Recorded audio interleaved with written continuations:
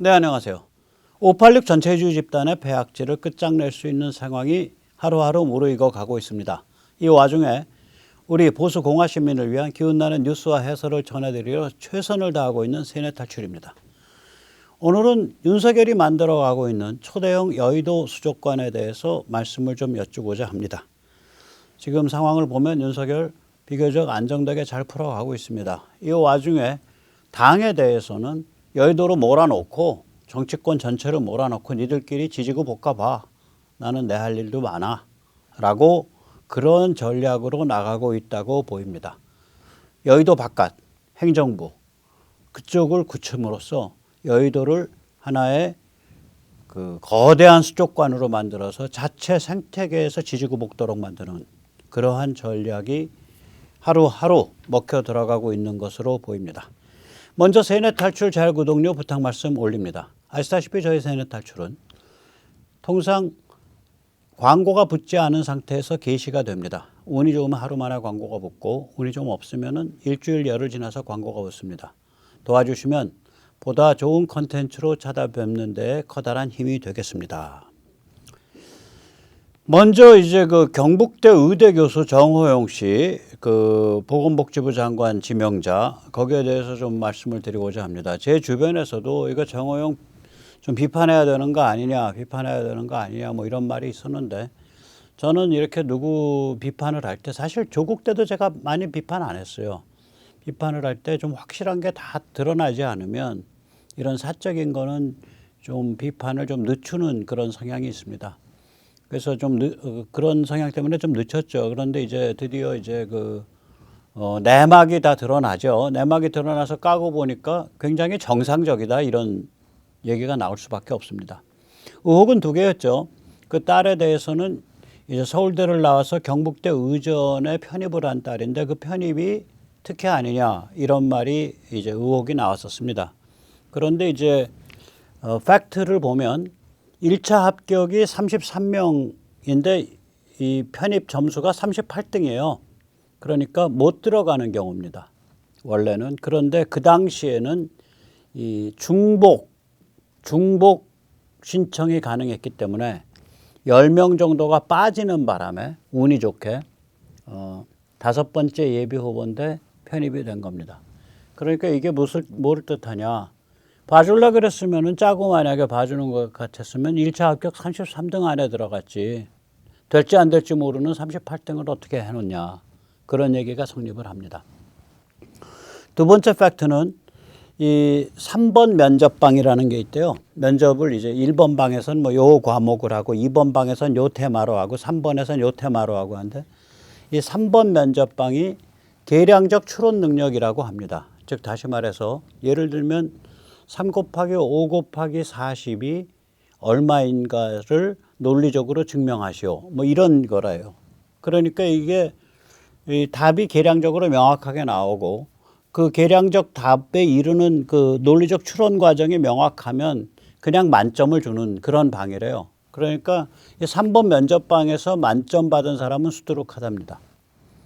그래서 만점 받은 3번 면접방이 이게 뭐 특별한 것도 아니고 계량적이기 때문에 특혜를 받을 수도 있는 것도 아니고 이게 정성적이 아니니까 예를 들어서 차이코프스키 음악의 아름다운 것에 대해서 무엇이 아름다운지 논하시오. 뭐 이러면 이제 정성적이 되니까 이건 이제 속된 말로 썰레빠를 어떻게 푸냐에 따라서 점수를 막 줄 수 있는데 이거는 3 곱하기 5 곱하기 40이 얼마인지 논리적으로 증명하시오. 이래버리면은 답이 얼마인지 밝혀야 되고 논리적인 그 서술 과정이 있으니까 이 경우에는 그렇게 뭐 특혜 봐주고 말고 없다는 거죠. 그 다음에 이제 아들이 경북대를 다니다가 경북대에서 병역 관련 진단서를 받은 게 이게 의혹이 있다 뭐 이런 건데 경북대 학생이거든요 아들이. 그러니까 경북대 학생이 경북대 병원에서 이 병역 관련 진단서 받는 게 맞다. 병역 관련 진단서를 받는 과정이 이 3차 병원에서 받아야 된다. 그럼 3차 병원이면 아시다시피 국공립 종합병원이란 말이에요. 그러니까 3차 병원에 해당하는 국공립종합병원이니까 이게 국립대 병원이니까 대구에서 국립대가 아마 경북대밖에 없을걸요. 국공립병원이. 그러니까 거기서 받는 거 맞다는 거죠. 그런데 더 이제 이거 설득력이 있는 게 이거 받으면 그럼 바로 면제냐 아니라는 거예요. 대구에 있는 병무청 중앙신체검사소에서 다시 정밀검사를 받는 그 정밀검사 대상이라는 거예요, 이게. 그래서 이 경우에. 그래서 이거 뭐 그 아들이 경북대에서 병역 관련 진단서 받은 거 가지고 병역 면제 받았다. 이게 말이 안 된다는 거죠. 세 번째는 뭐냐면 병역 진단서를 허위로 발급하면 의사들이 감옥 가고 면허를 박탈당한다. 특히 이제 박주신 의혹 뭐 이런 거 불거진 다음에는 아마 더 그랬겠죠. 더 예민해졌겠죠. 예, 그래서 이 아들이 경북대에서 병역 관련 진단서 받은 거 이거 뭐 전혀 문제가 없다 이렇게 되는 모양이에요. 그러니까 딸이 문제가 없고 아들이 문제가 없으니까 그러니까 이제 정호영 이제 그 지명자가 청문회 가는 게 맞다라고 이제 용캠프에서 얘기가 나오는 거죠. 청문회 가서 한번 붙어보자. 저도 그렇게 생각합니다. 청문회 가서 한번 붙어보자. 이 팩트 증언을 누가 해줬냐. 이재태 경북대 의대 교수인데 이 사람이 정지명자의 2년 선배라고 합니다. 좋은 선배 두셨네요. 제가 이런 경우 당하면은 제 주위에서 이렇게 나서 주실 선배 있으실지, 제가 만약에 그렇게 살았으면 인생 잘 사는 건데 참 부럽습니다. 자, 이제 저쪽 애들은 약이 올라서 확 돌아버릴 상황이죠. 총리 지명자 한덕수. 이게 이제 총리 지명자가 왜 중요하냐면 총리 지명자가 있어야 내각을 제대로 구성해요. 왜냐하면 법률적으로 장관을 총리가 추천하게 돼 있거든요. 그래서 장관에 대해서는 인사청문회 보고서가 안 돼도 그냥 임명할 수가 있어요. 대통령이. 장관은 인사청문회 보고서 생략하고 막 임명해요. 또 반대 보고서에 무릅쓰고 임명해요. 근데 총리는 그렇지 않다고요. 총리가 인사청문회를 통과를 못하면 총리 설이 뭐 이렇게 돼가지고 절름발이 정부가 되죠. 박근혜 정부 때 군기 잡는다고 조중동부터 나서서 총리 지명을 계속 반대했죠. 그래서 뭐 계속 나가리 됐죠. 문창극까지 전부 나가리 됐죠. 총리 지명이. 그래서 이 정부가 이제 막 출범할 때 총리 지명이 이제 그 관문이란 말이에요. 특히 이제 여소야대 이런 상황에서. 그런데 이게 이제 노회한 미국통 원로 한덕수 이 양반을 쟤들이 인사청문회 때 이게 감히 어깃장을 못 놓을 거예요. 왜냐면 이 양반이 미국통이고 미국 커넥션이 워낙 좋은 데다가 이 양반이 공인으로서 출세한 것이 DJ 정부랑 노무현 정부 때 출세를 해서 OECD 한국 대표를 했고 FTA 미국 한미 FTA 한국 협상 대표를 했고 노무현 정부 때 총리를 했고 MB 정부 때 주미대사를 했단 말이에요. 그러니까 이제 말하자면 1997년경부터 그 전에 이제 경제비서관 이런 거 했지만 특이한 분이에요. 아마 경제기획원으로 처음에 들어가서 보통 이제 엘리트 공무원들을 미국에 2, 3년씩 보내주는 게 있거든요. 하버드를 보내줬는데 거기서 주저앉아서 박사까지 마치고 하버드에서 경제학 박사까지 마치고 돌아왔다고요. 그러니까 미국 통이죠. 영어도 잘할 거고 아주 브라이트한 분이고 그럴 거예요. 그래서 MB 정부 때는 주미 대사를 했다고요. 총리를 하신 분이 따로 나와서 이 정도의 관록을 가지고 있기 때문에 감히 이 민주당이 이 한덕수 총리에 대해서 어깃장을 못 놓을 겁니다. 그 얘기는 뭐냐? 정부 구성을 막지를 못하는 거죠. 그래서 이거 아주 빛나는 한수입니다. 요새같이 제가 이제 세뇌 탈출해서 계속 말씀드렸지만 한미 지금 관계가 태풍 속으로 들어가고 있는 때에 저렇게 미국을 두루 아는 미국의 네오콘 쪽도 두루 알고 왜 그러냐면은 아들 부시가 네오콘이잖아요. 그럼 아들 부시 때가 노무현이에요. 여기는 그때 OECD 아니 FTA 한미 FTA 그걸 총괄적으로 인터페이스를 했고 총리를 했기 때문에 따라서 뭐 이제 걔들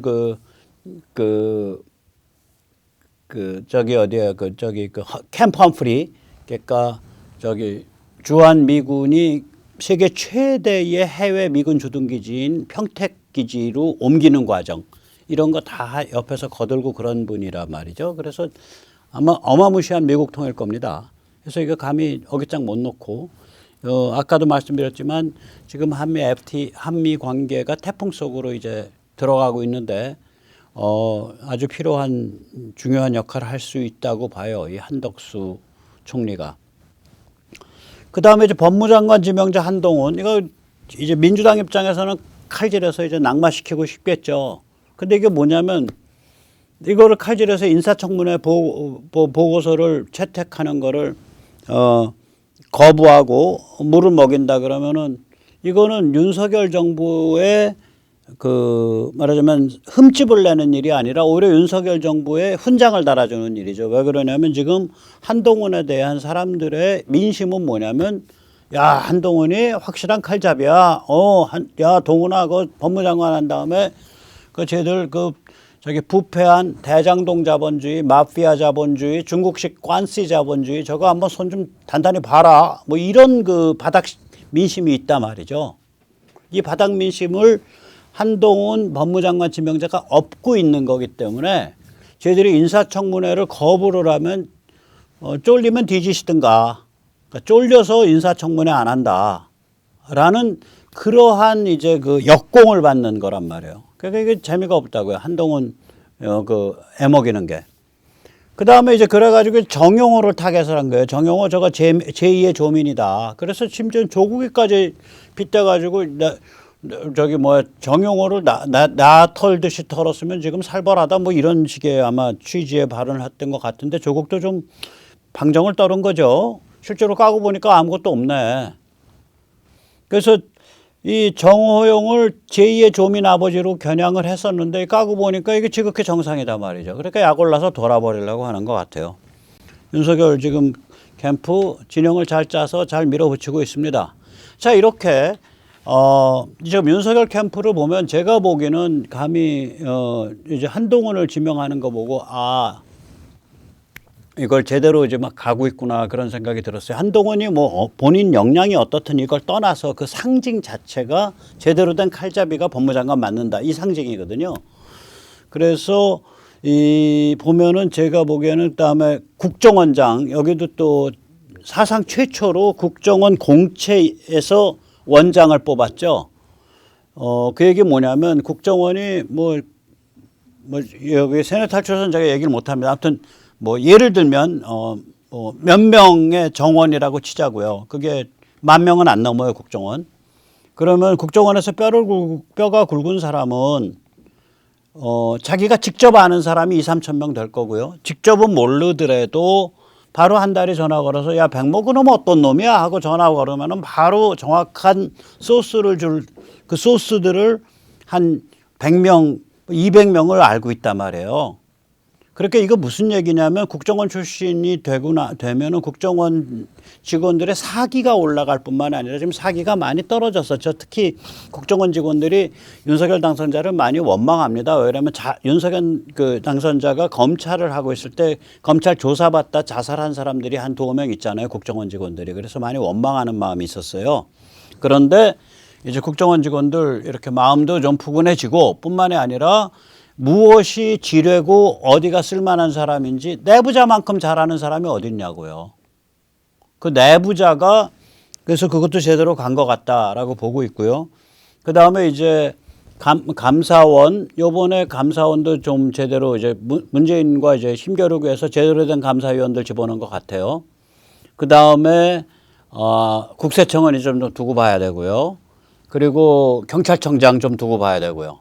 검찰총장 두고 봐야 되고. 근데 이런 데들을, 이런 권부, 그러니까 법무부, 검찰, 경찰, 국세청, 국정원, 감사원, 이게 다 이게 그 권부거든요. 이게 서슬이 시퍼런 데들 아니에요? 여기를 아마 정확히 장악할 겁니다. 윤석열이. 그런 데서 지능이 높은 사람이에요. 그런 전략적 지능이. 제가 좋아하든 싫어하든 제가 뭐 그 사람을 두고 탄핵 칼잡이라고 생각하든 뭐라고 생각하든 타이밍을 제대로 보는 승부사고 낚시 아주 그 영리한 혹은 영악한 낚시꾼이고 딱 고기 왔을 때 챈다고요. 그 다음에 이런 그 전략적 지능이 높다. 그건 제가 인정을 해요. 그래서 아마 잘 짤 거예요. 그렇게 해서 이제 밀고 가니까 한미동맹을 기반으로 해서 이렇게 행정부 쪽 사이드에서 급속하게 안정화를 이루니까 그 그 효과가 뭘로 나냐면 여의도를 둘러싸고 여의도에 초거대 수족관을 만들어 버린 거예요. 초거대 여의도 수족관. 그리고 안철수가 처신하는 법을 배우는 거죠. 안철수 사실상 백기투항했고요. 사실상 항복선언했고요. 사실상 사과했습니다. 불과 하루 이틀 사이에 일어난 일입니다. 국힘 합당 결의를 했죠. 이건 사실상 백기투항입니다. 이게 왜 백기투항이냐면 일단 안철수 주변에 사람이 없어요. 그 얘기 뭐냐. 합당을 해봐야 무늬만 합당이지 안철수 사람, 꼽아늘 안철수 사람이 없는 거예요. 저기가. 안철수는 자기가 그 잘 나가던 국민의당을 말아먹은 사람이잖아요. 그 잘 나가던 국민의당, 한때 호남을 석권했던 국민의당을 본인 손으로 말아 드셨다고요. 2016년에 그렇게 그 주가가 높았던 국민의당을. 그래서 저 사람은 정당 정치에는 안 맞아. 정당 정치에 안 만든 사람인데 정당 정치판으로 몰려 들어간 거예요. 국에서 집어넣어진 거예요, 저게.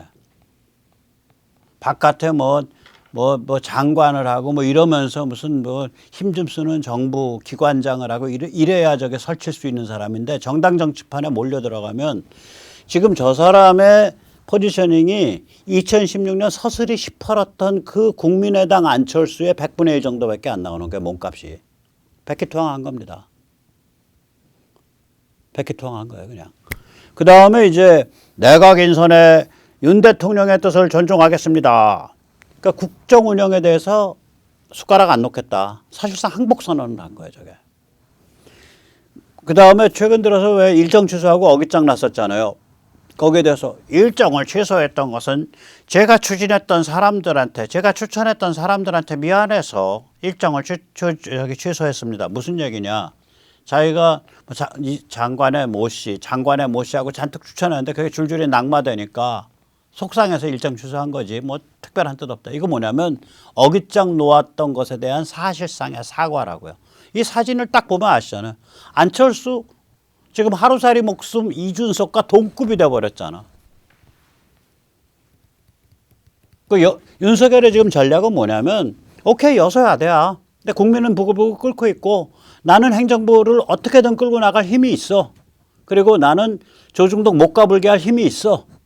나는 초대형 범털들이 못 가불게 할 힘이 있어. 그게 그게 국정원의 힘이든 검찰의 힘이든 법무부의 힘이든 감사원의 힘이든 뭐 경찰의 힘이든 뭐 국세청의 힘이든 나 그 힘이 있어. 오케이 나 여기서 이 제대로 된 정보 시스템 행정부 시스템 짤 테니까 니들은 여의도에서 니들끼리 생태계 만들어서 니들끼리 잡아 죽이고 니들끼리 쌈박질하는 그 지지고 볶는 그 생태계 만들어 봐.